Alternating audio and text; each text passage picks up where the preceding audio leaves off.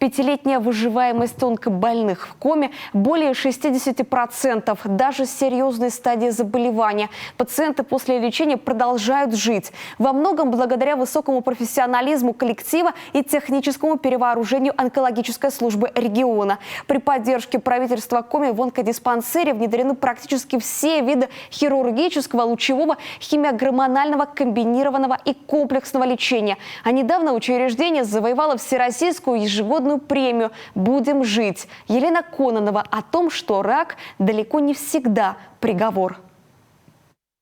На сцене Кремлевского дворца звезды страны. Трогательные песни и зажигательные танцы известных артистов на этот раз посвящены тем, кто ежедневно спасает людей от рака. Здесь же в зале пациенты, которым удалось победить страшный недуг благодаря людям в белых халатах. В знак благодарности 6 лет назад Всероссийская ассоциация онкологических пациентов выступила инициатором вручения премии «Будем жить». Среди достойных награды не только врачи, но и общественники, волонтеры, журналисты, медучреждения. В их числе и наш главный онкологический диспансер республики.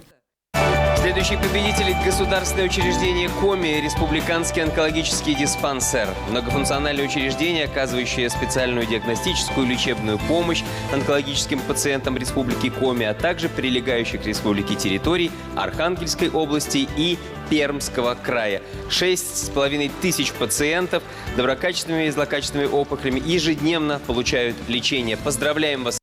Премия «Будем жить» – это прежде всего оценка работы врачей-онкологов глазами самих пациентов. А это дорогого стоит. Значит, недаром доктора борются за каждого больного, вкладывая в них всю свою душу. При этом пациенты прекрасно понимают, насколько трудно приходится медикам, поэтому сами им тоже помогают. В Коми сегодня с врачами тесно работает общественная организация. Привлекает онкобольных к волонтерской работе и проводит школы пациентов. В них осваивают новые методики реабилитации и на собственном примере помогают пройти путь к выздоровлению. Это достаточно очень важно, поскольку не всегда воспринимаются слова человека в белом халате, а когда тебе говорит тот человек, который прошел уже и достаточно хорошо себя чувствует, на личном примере это достаточно убеждает наших пациентов. Ежегодно в республиканском онкодиспансере проходят лечение свыше 6 тысяч больных, не только из Коми. Приезжают к нашим врачам и пациенты из Архангельской области и Пермского края. А все потому, что именно здесь созданы все условия для ранней диагностики рака. Чем раньше он выявлен, тем больше шансов на выздоровление у пациента. Сегодня об этом знают все.